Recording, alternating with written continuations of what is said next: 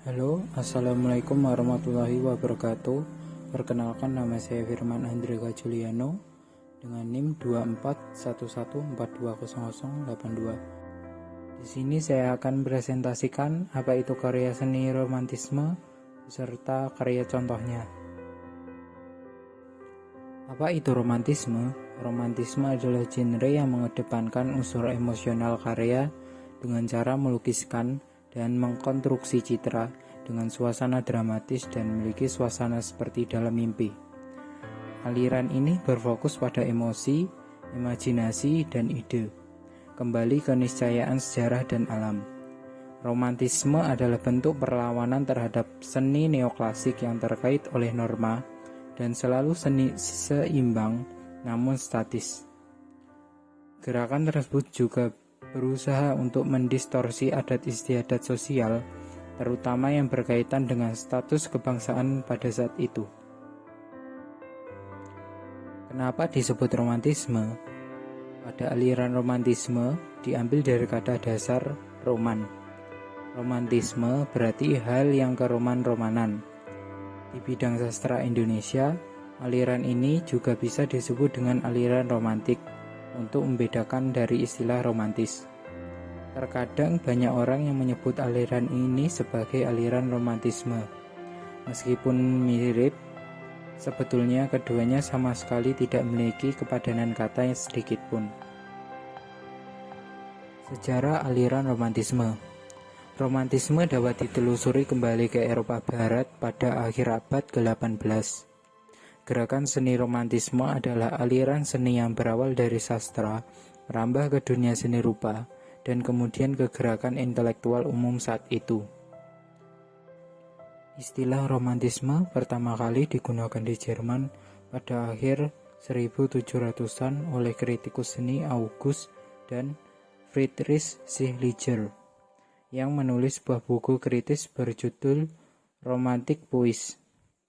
Penyair Inggris William Wordsworth menjadi tokoh utama dalam gerakan romantis pada tahun 1815-an.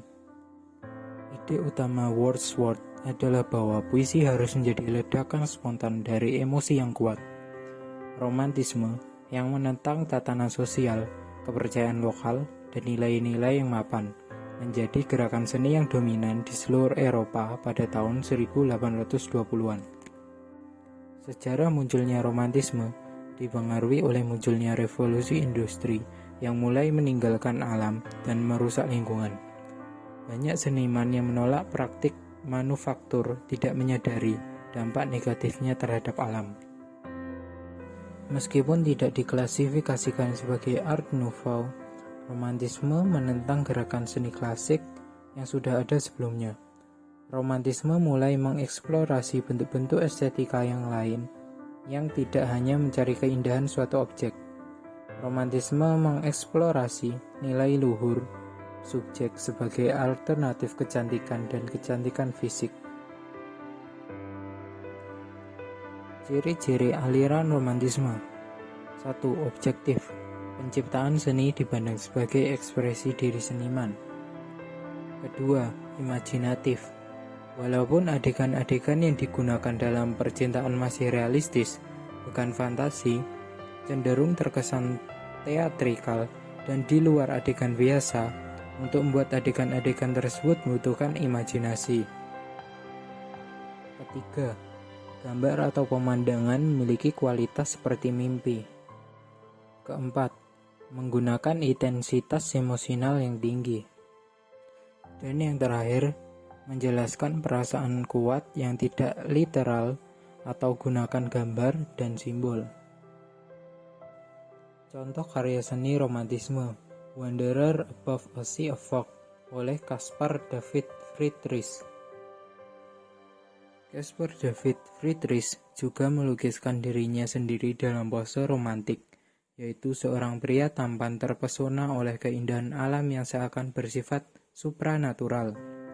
Seorang pengembara di lautan kabut menggambarkan seorang pria memegang tongkat, berdiri di atas batu menghadap ke bukit berkabut.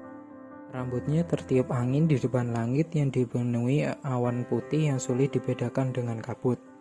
Latar belakang juga sangat berkabut dan pegunungan di belakangnya hampir tidak terlihat.